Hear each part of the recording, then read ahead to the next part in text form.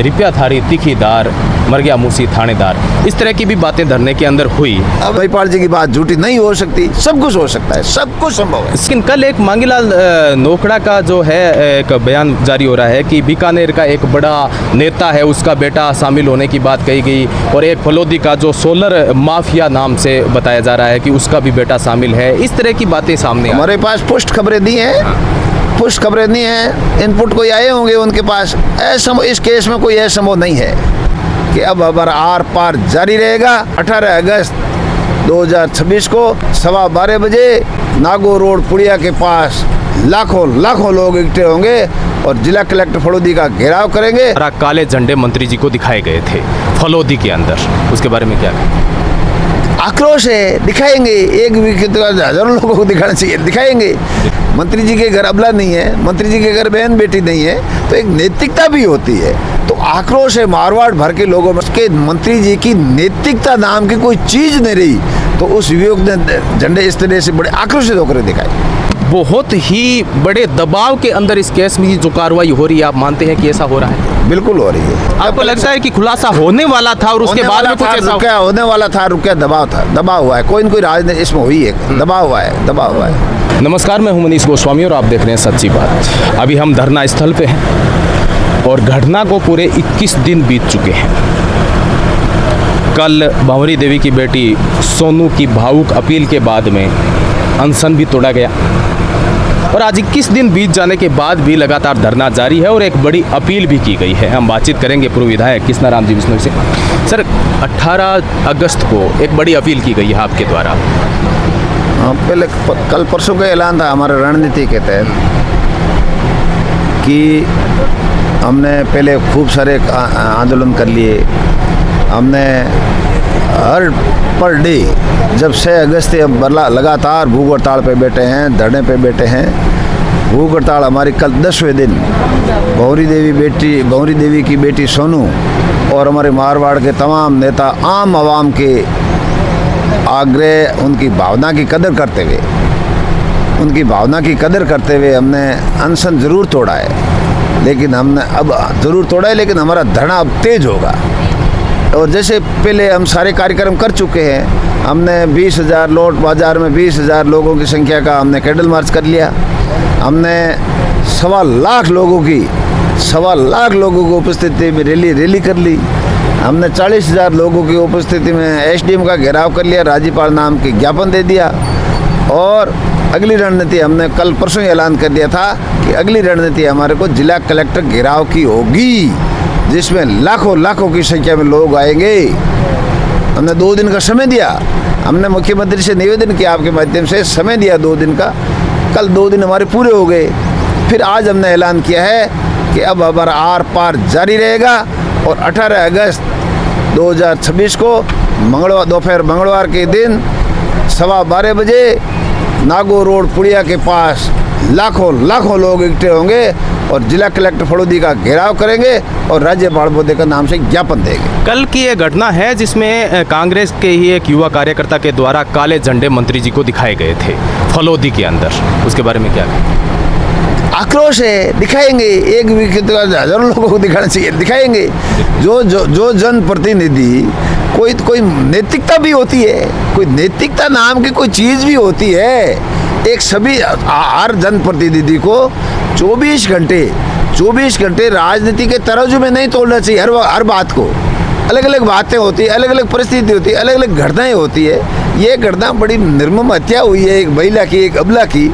मंत्री जी के घर अबला नहीं है, मंत्री जी के घर बहन बेटी नहीं है, तो एक नैतिकता भी होती है। तो आक्रोश है मारवाड़ भर के लोगों में, आक्रोश है, डर है, ढाणियों में बसने वाले लोगों में डर है।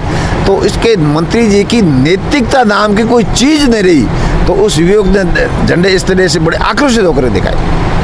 बिल्कुल सर, 18 तारीख को ये बड़ा घेराव होने वाला है और कल महिपाल बादू ने एक बयान दिया था जिसमें कहा गया था कि रिप्याधारी तीखीदार मर गया मूसी थानेदार, इस तरह की भी बातें धरने के अंदर हुई। अब जब इतना हमारे को एसपी और जिला कलेक्टर लिखित में देते हैं कि हमने 99% हम निष्कर्ष पर पहुँच गए हैं और अब सिर्फ डिक्लेयर इसके खुलासा करने वाले हैं, केवल प्रेस कॉन्फ्रेंस बाकी रही है।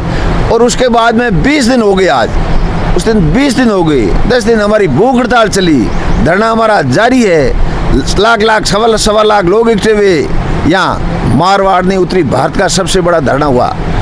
बावजूद 20 दिन हो गए, बावजूद खुलासा नहीं हुआ है। दबाव ही हो सकता है, महिपाल जी की बात झूठी नहीं हो सकती, सब कुछ हो सकता है, सब कुछ संभव है। सर एक और कल से सोशल मीडिया में एक वीडियो और ज़्यादा वायरल हो रहा है और पहले भी कई खबरें आई है।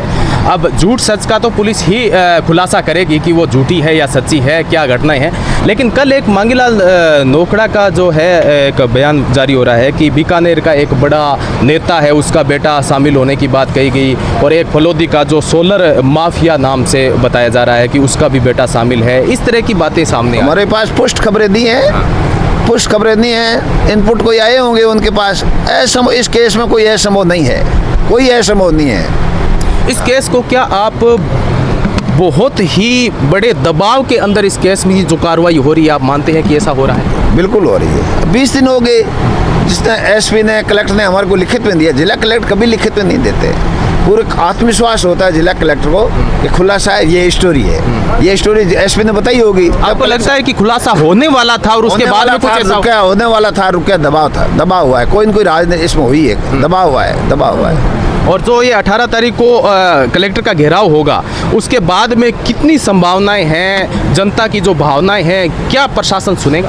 पैर रखने की जगह नहीं मिलेगी, फलोदी के अंदर पैर रखने की जगह नहीं मिलेगी 18 तारीख को।